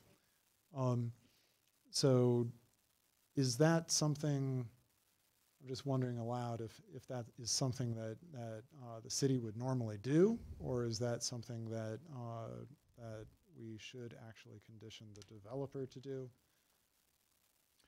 Chair Shernick, in regards to putting some type of ramp in for access for bicycles, I think that's definitely something that the developer can probably figure out how to make that work. Okay. In regards to marking a crosswalk, our policies right now, we say we need 20 peds in an hour to mark a crosswalk, and that's so that we're not overusing them and that they still have meaning where they're needed. I think it could be something that's monitored, and if we have that ped volume and we need to mark it, we could in the future. I wouldn't recommend marking it at this point. So perhaps if we wanted to add a condition, it could be along the lines of the developer will work with traffic engineering to properly make for a safe pedestrian crossing or something like that. Would that be feasible for your department to work with, Tyler? Sure. Okay. Thank you. Commissioner Poland. So let me go to that thought now. So what are the responsibilities, because on the other side, the property is owned by the athletic club or by the property owner of that. They wanted cuts on both sides of the street. Is that the city responsibility, or how does that work? So it's a good question to ask is where is the bicycle coming from? Are they coming from on street trying to get into the new trail connection is going to be on the west where that's really kind of the desire to get to. Honestly, this looks like a relatively narrow sidewalk to be riding a bicycle on, and there might be some other bicyclists in this group that could speak better to where the bicyclists are more likely to be. But if you're coming northbound on here, you wouldn't need a ramp to get your bicycle onto the west side on the trail. If you're southbound on Baker, it would give you an opportunity to make that connection by providing a ramp on the west side. Okay, thanks. And that's all I need to do for. I just want to note, to make this, that I find that per the criteria for evaluation, the first part, which is the common review criteria, which is sections A, B, C, D, and E, and I'm not going to take the time to read through those, but based on what has been presented to us in the packet and then the talks that we have here, I find that the application does meet A, B, C, D, and E. I also find that for the preliminary plat additional review criteria, F, G, and H, that once again based on the information in the packet and the information that was presented to us today, I find that that also meets those criteria. Based on that, I am in favor of approving this plan. Commissioner Flake. I too am in favor of approving this because we now know, of course, there is parking on the street in front of the new development. They've answered my questions concerning how much of the land they'll be disturbing and what type of fill they're coming in with, and that they've recognized the need to have good soil underneath the vegetation they will be planting on site. So I tend to approve it too. Commissioner Goldberg. Well, I think we've laid our cards on the table, so with that, I'll recommend approval of PZR 2019-3A. Okay, we have a motion to approve PZR 2019-3A, which is to give approval to this. I just want to chime in about my comments on the curb cuts for the crosswalk and possible striping. Looking at the site plan of the street, the satellite image more, I'm realizing that it doesn't necessarily make that much sense to think that there needs to be a crosswalk there because it's the athletic club that's across the street. So I'm especially thinking about kids, who might be trying to get to Spangler Park, and looking at the satellite image that's in our packet, most of the residences are to the north of the project site. So those kids are going to, especially since our project in front of us does not plan to have a fence around it, kids, again, are just going to be cutting across the open property. They're not going to go all the way south to that trail to get into Spangler Park. Now, I'm not sure if there's a fence around Longmont Christian School that might preclude them from getting to the park in another way. But so I would not actually condition a PZR for that crosswalk because of that. Commissioner Poland. I will second the motion. Okay, we have a second for approving PZR 2019 3A. Any further discussion? Okay, let's take a vote.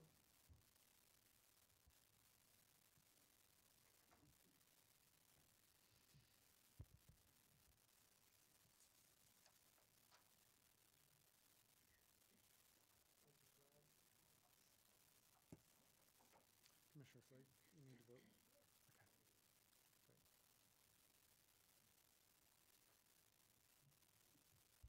Okay, that passes unanimously 7-0. This item now enters a 7-day appeal period. During this time, any aggrieved party may appeal the Commission's decision by submitting a written appeal letter stating why the Planning and Zoning Commission's decision should be amended or reversed by City Council. All appeals must be in writing and must be received in the City Clerk's office and the Planning Office within the 7-day appeal period. The appeal period begins Thursday, March 21 at 8 a.m. and ends Wednesday, March 27 at 5 p.m. Ava, you're with us for the next project, right? And so is Mr. Van Sambeek. I think what we will do, it's already 8:30. Let's take a 5-minute break and just kind of a biology break. Let Ava get set up with the next project, and we'll be back in a few minutes. Thanks.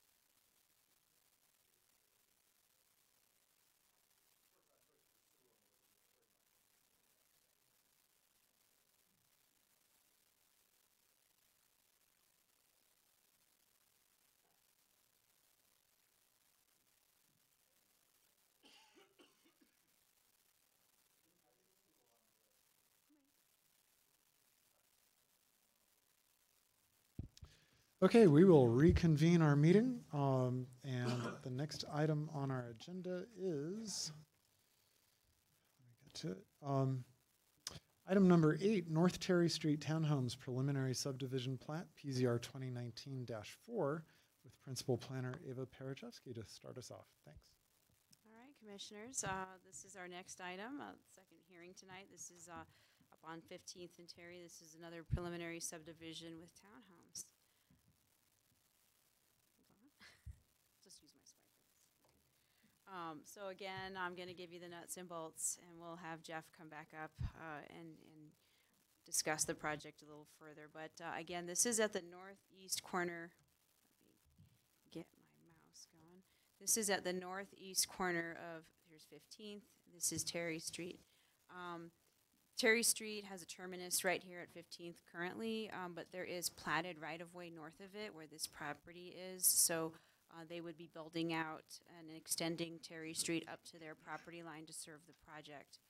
Main Street's over here on the east. There's an office building with a parking lot adjacent to this property. There's a stone yard up here on the north. Residential here on the west, another residence, single-family house on the southwest, followed by a church west of it, and some duplex homes over here.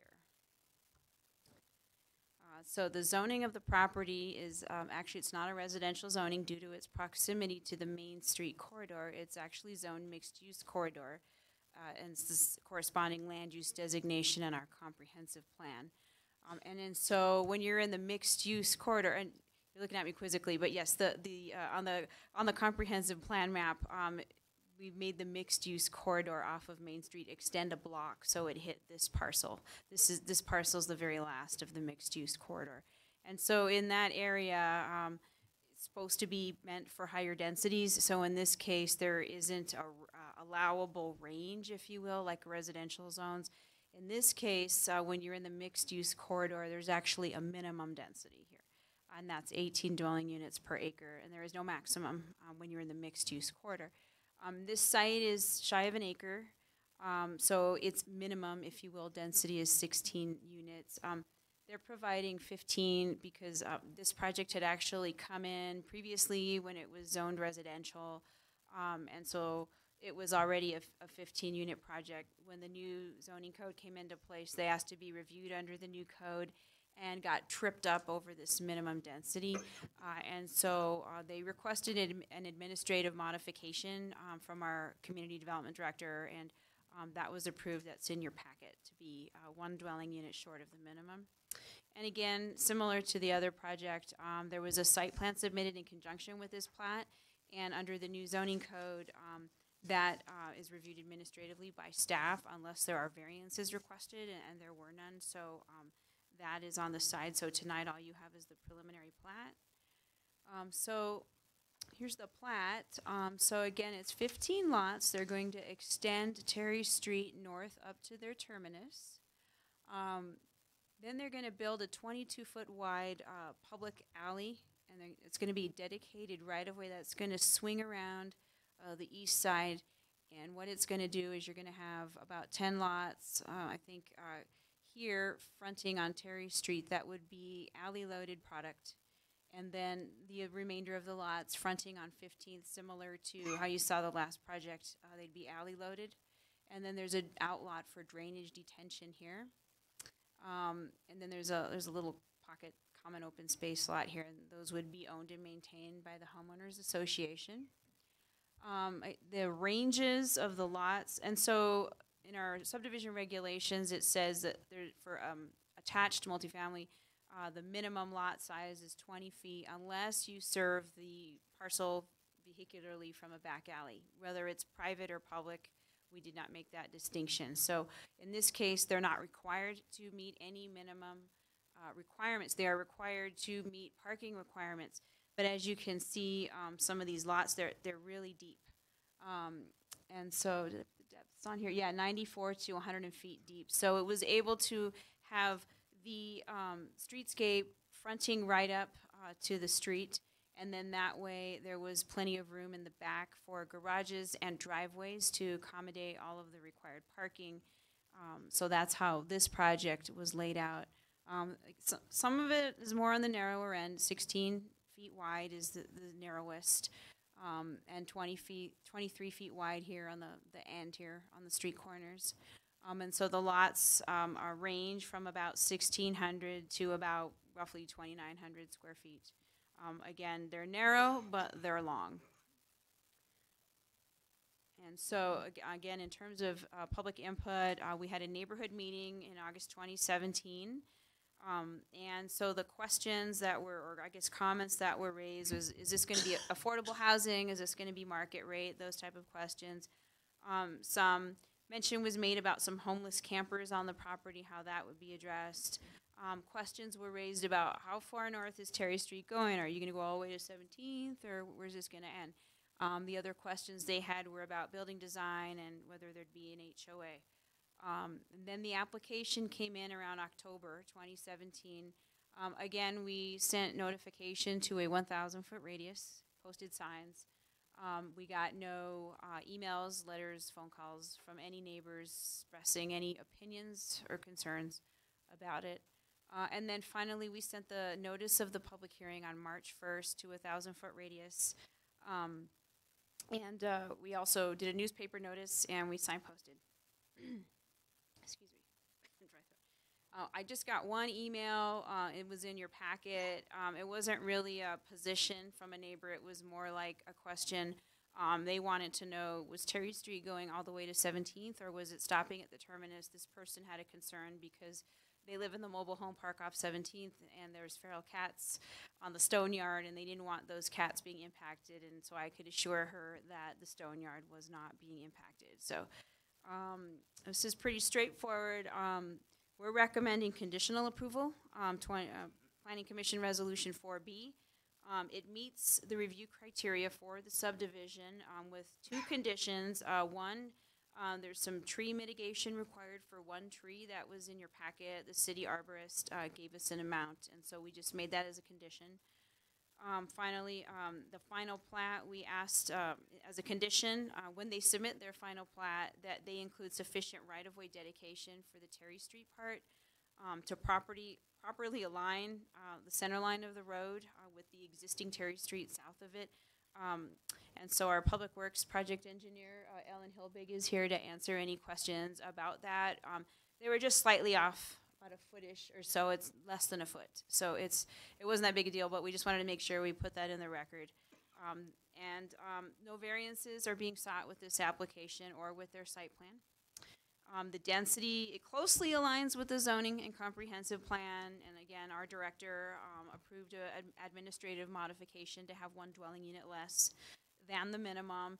The school district chimed in and said the feeder schools can accommodate the additional capacity. And then as far as traffic, again, as Tyler kind of previously touched on, no traffic study was required for this because it did not generate 500 trips a day. And the traffic that will be with this is coming in from Terry or 15th. And so with that, I'll turn it over to Jeff, who will do his portion.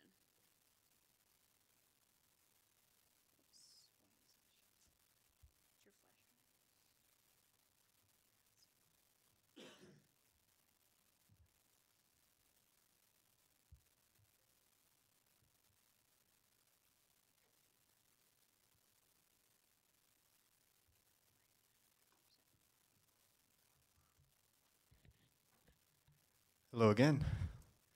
A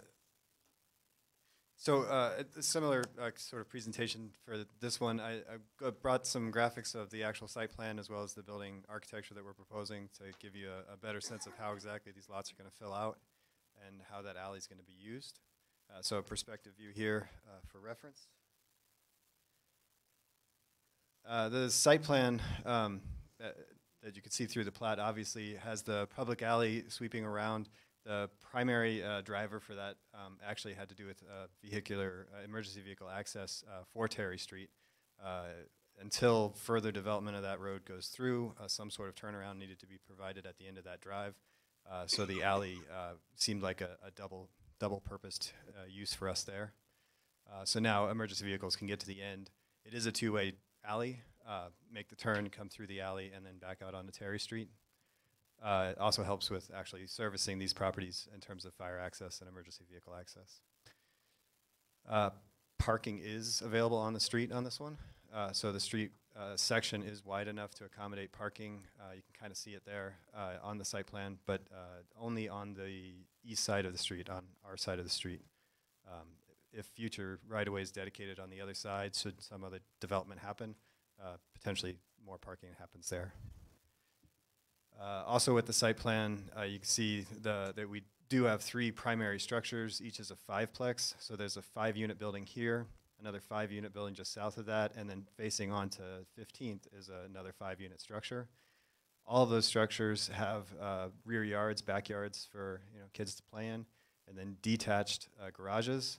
We have a mix of 2-car garages on some of the units and single-car garages on others. Where we don't have the required parking on site for an individual unit, there is street parking that accommodates the missing count. Just some quick perspectives of what the exterior architecture is planned for this. This building is the furthest north building proposed on the site. The end unit is a 3-story unit. It's actually a shallower unit than the other ones because of the curve of the alley, so we had to compress that a little bit and it popped up at the same time. The second structure is actually the mirror image of that structure, and if we go backwards a notch, you can see the overall shape of this development is sort of a wide crescent. That actually works with the mirror design of these 2 buildings so that the 3-story unit is closest to the street, and then the overall architecture sweeps back away from the street to create more of a interesting and engaged street facade. The 15th Avenue structure is actually a different structure altogether.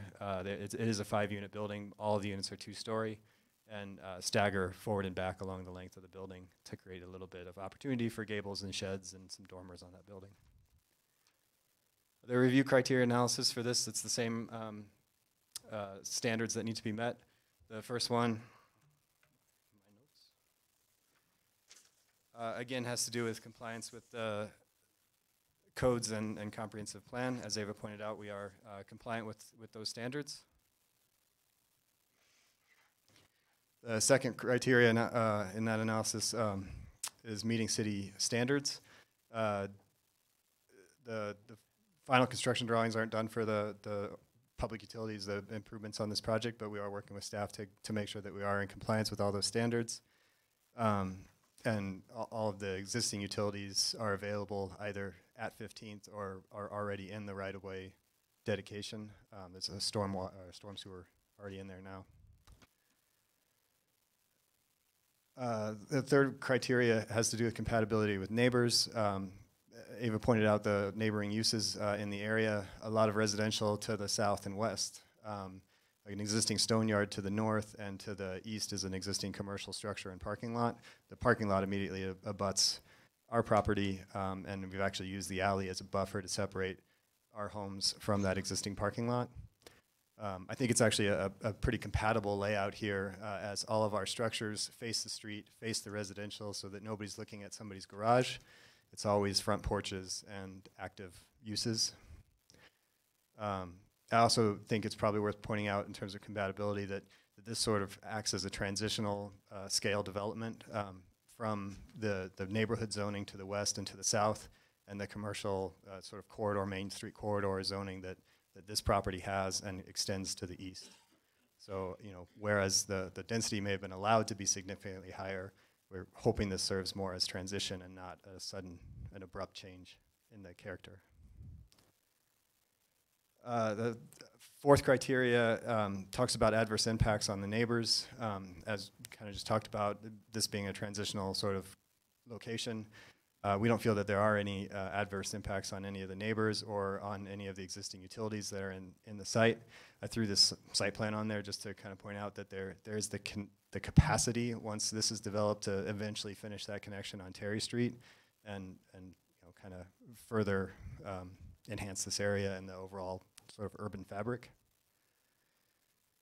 The fifth criteria has to do with the transportation networks and tying into the existing transportation systems and not adversely impacting them. That's very literal to what we're doing here. Terry Street is being extended on the dedicated right-of-way. We're actually dedicating additional right-of-way for it so that it gets the proper width. Eventually, that'll go all the way through, and as I mentioned, the alley is designed as the turnaround in the interim for emergency vehicles on Terry Street. We also have a new public walk detached with the tree lawn along Terry Street that ties into the existing public walks at 15th, and then the whole walk system, the urban walk system, going south of there.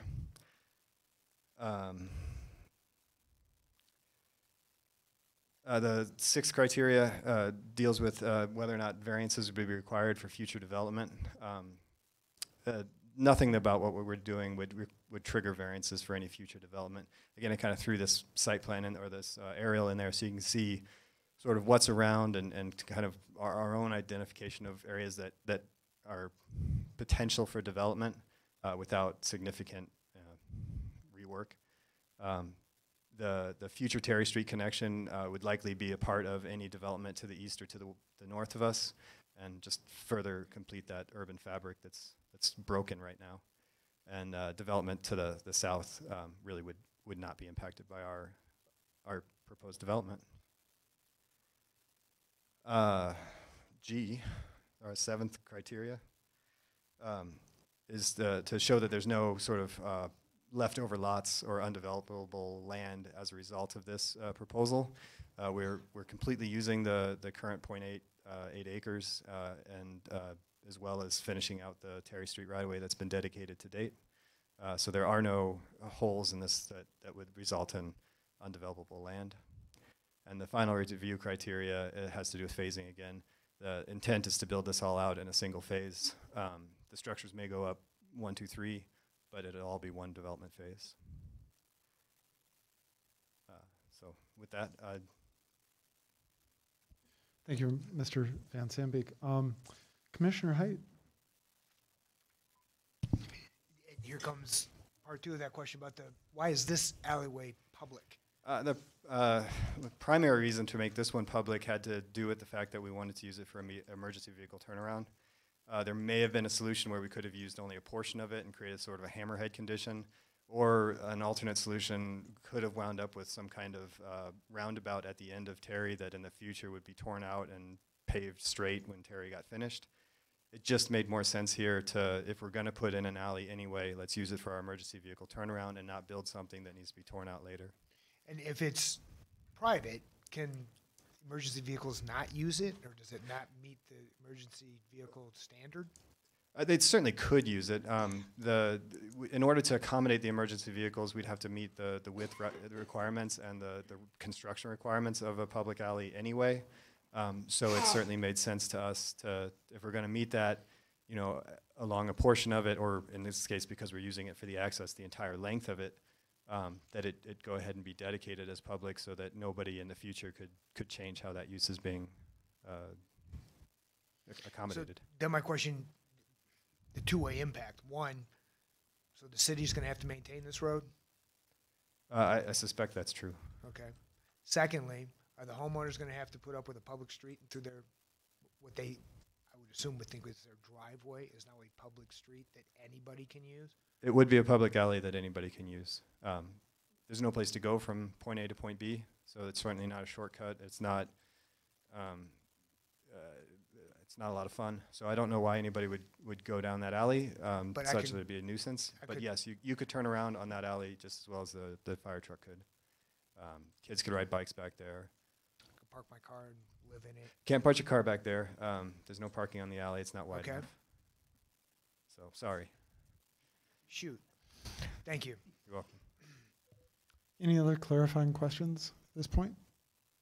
Nope. Okay, this is a public hearing item, so we'll open up the public hearing. There's nobody signed up to speak, but if somebody's in the audience who'd like to come forward and talk about this project, we'd like to hear from you. Now's your time. Seeing nobody jumping up, we'll close the public hearing and we'll go back to questions and discussion amongst the commission.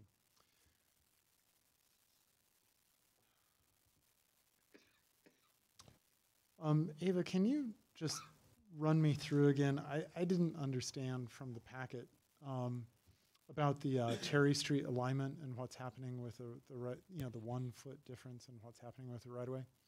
And by the way, I should mention that in Jane, in PZR 4B, that second condition about the right of way is not actually in the PZR. So, but that's a detail that can get fixed. But can you explain that condition for me? Yes, Chair Shernick, I apologize for that oversight. At any rate, so as you can see here, this is the built-out Terry Street, and Ellen can certainly come on forward. This was Ellen's condition, but the way their plat is laid out, they were 0.78 of a foot off from being aligned with the center line of this Terry Street, and then I'll leave it to Ellen to elaborate on that. Sure, okay. So the reason that we have this condition is that when we looked at the right-of-way, it wasn't feasible for this development to come in and align it with the Terry Street right-of-way on the south side.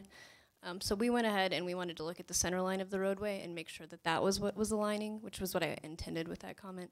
So they're off about 0.8 feet. It's not a big deal, but we want to make sure that it is a condition so that does need to align at the very minimum. And so to get it to align, we're basically chewing into their property just a little bit more, 0.8 feet. Exactly. Okay, all right. Okay. And it's a tight site, so that's one of the reasons we wanted it to be on the record, so. Okay, got it. Thank you. It's a tight site, so it has to be on there. Yeah. Mr. Van Sambeek, question for you, since we have this satellite image up. How does the southern part of your driveway interrelate to the single-family home that's across the street from it? Like, where will, if I'm exiting that driveway at night with my headlights on? It's actually, I believe we can see if one of the other drawings shows it more clearly, Okay. but I believe it's north of the actual home. Okay. It is still south of the outbuildings and sort of the existing drive area on their property, but shining some light back here in their backyard, but Okay. but not into a bedroom. Okay, great, thank you. Any other questions, discussion, comments?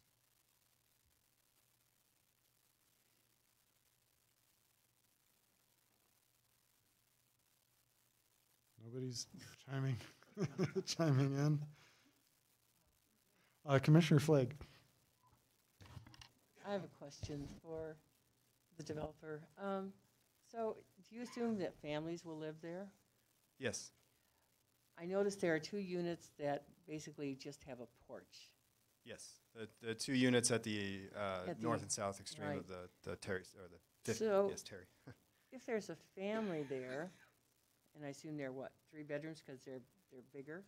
They're all 3-bedroom units. Maybe Okay. maybe I'm wrong. So where do those kids get to go play?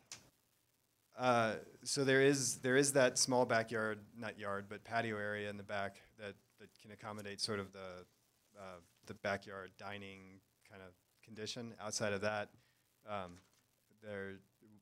we don't have like a common open space on this property. So I suppose those kids would be looking to use other city amenities, parks, and. Which aren't around there. Could we pull up the other drawing, please? So I have a question about what you're doing with the area by the detention pond there on the southeast. Yeah, I don't know how you zoomed in.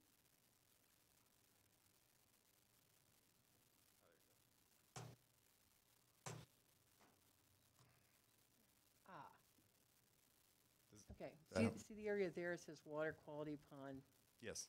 and then you have that area in there, outside of someone's driveway to the east fence there. So what is going to happen, is that still part of the water drainage? Will you landscape that? It'll be it'll be landscaped. The same with the area on the curve up here. Those areas will be landscaped. I don't know from like a place for kids to play standpoint how. Will will the water quality pond be fenced? Since you know you're having families in there? No, it won't be. The intent isn't to fence it. It's not deep. It's only about a 2-foot drop down into that water quality pond, not vertical but sloped.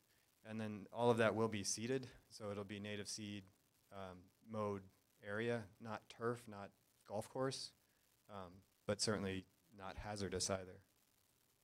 But kids being kids will probably find their way in there. Oh, yeah, no, there's nothing to prevent So somebody you from. probably have an outfall structure at the far east or the far south. The far south, yes.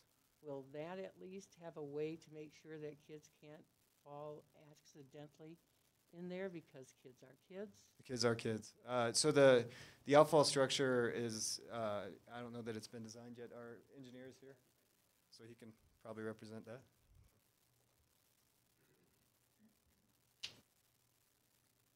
All right, I finally get to talk. Yeah, so it's a good question about the water quality pond. So this is a pond that's not going to be holding water. The idea for this pond is it holds minor storm events up to what's called the 2-year storm, which is a likelihood of once every 2 years occurring. And then it would drain relatively quickly. I believe this one's designed to drain in 40 hours. So it would not be holding water. There would not be a long-term risk towards children unless they're running out there during the rainstorm. To elaborate on your discussion about the outlet control structure, the outlet control structure will have a grate over top of it and a trash rack, so they won't be able to, and the outfall pipe is pretty small as well. I believe it's a 12-inch pipe. I could take a look at the plans, but something like that. It's not going to be a playground type area though, and it will be fortified per those standards. But the openings will be secured in such a way that children can't figure out how to get those. Correct. They would be bolted on steel. Okay. And since it's not going to be fenced and children, when they get older, they go and find other places to play, so most likely they will be there. So what kind of a surface will it be? Will it be some kind of a drier grass that they can actually play on? It'll be, I probably am not the person to answer the question on the specifics of the grass. It is an organic material by requirements.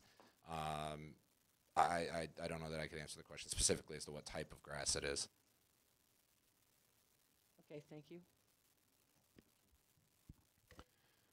I'll just chime in real fast that I had many hours of fun as a kid playing on an asphalt street.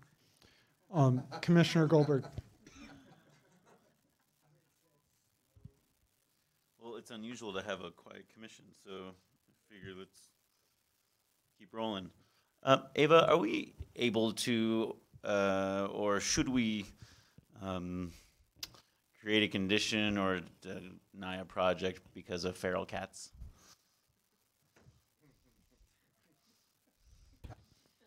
Commissioner Goldberg, I'm not sure how to address that. I think you don't need to answer I think that the person who commented on it wasn't necessarily against the project to save the cats, and secondly, I assured her we weren't impacting the cats. Sure. Yeah, and the burden doesn't really fall on the developer in this case. Can you speak at all to the impact on homelessness once a project is developed in that space? Can you speak to, like, just anecdotally or something you can say about that? Commissioner Goldberg, I mean, that is private property. I went out there when I posted signage. I didn't see any homeless people there. It's not to say there aren't any at night. Obviously, I wasn't out there posting at night, but it is private property, and certainly there are many resources for homeless people in the city of Longmont. There's the Hope Group. There's many social agencies out there who assist homeless people. So if they were to be displaced, I'm sure there are resources available to relocate them. Yeah, and I think also as far as the impact on the neighbors and as far as just helping like make a richer environment, maybe developing in this area would dissuade or limit that homelessness population from landing there. So thank you. Did the applicant propose any of his projects to be affordable? Yes, as you know, per council ordinance, you can either pay a cash in lieu or provide on-site, and the applicant is providing 2 units. can't remember if it was labeled on your plan or not. And then those ones would only be required to provide one parking space, so those might be the ones with the narrower garage spaces with the one-car garages. Okay, thanks, Ava. Well then, I think in reviewing the packet, we have several review criteria listed. A few of them include making sure the project is consistent with the comp plan, making sure it meets city standards, making sure that it's compatible with the surrounding. I liked that this is a kind of a scaled zoning concept coming off of Main Street. I thought that was a compelling argument brought by the applicant. I do think this project will have a lower impact on the neighbors than it could have. I think a lot of other projects could have come in here. They've addressed concerns about transportation, perhaps even improved the transportation access around the area.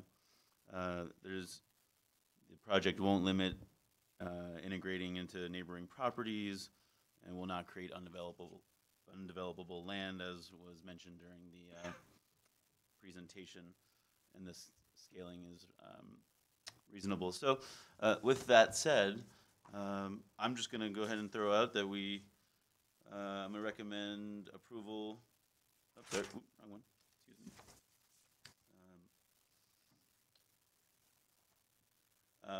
Excuse me. Recommend approval of PZR 2019-4B with the conditions laid out in the packet that read the applicant must pay the tree mitigation fee prior to recordation of the final plat, and that the final plat must provide sufficient right-of-way dedication to align the center line of the new Terry Street existing with the existing street. Commissioner Poland. I'll second the motion. Okay, so there is a motion that's been seconded to approve PZR 2019-4B, which is a conditioned approval. Is there any further discussion? Seeing none, let's take a vote.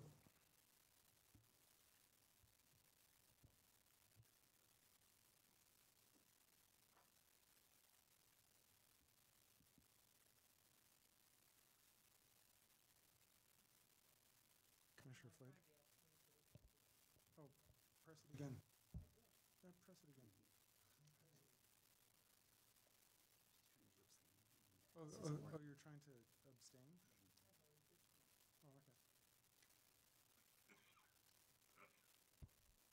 Oh, okay. Okay. So the vote came up 6-4 and 1 against. Commissioner Flake, was that your intention?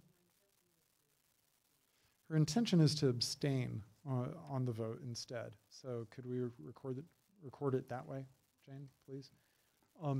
Okay, so 6-4, 1 abstention. So this this passes, and this item now enters a 7-day appeal period. During this time, any aggrieved party may appeal the Commission's decision by submitting a written appeal letter stating why the Planning and Zoning Commission's decision should be amended or reversed by City Council. All appeals must be in writing and must be received in the City Clerk's office and the Planning Office within the 7-day appeal period. The appeal period begins Thursday, March 21 at 8 a.m. and ends Wednesday, March 27 at 5 p.m. Thank you, Mr. Van Sambeek and your team for presenting both projects tonight. Appreciate you being here. Ava, thank you so much for your help walking us through everything. We'll go back and finish the rest of our agenda. We now go to our final call for public to speak about anything that was not on tonight's agenda. Is there anybody who would like to come forward for the public invited to be heard? Seeing no one, we'll close the public invited to be heard. Any items from commissioners? Seeing none, our council representative is not here. Any items from planning manager Don Burchett? None from him. And so that means our next item is adjournment. Good night.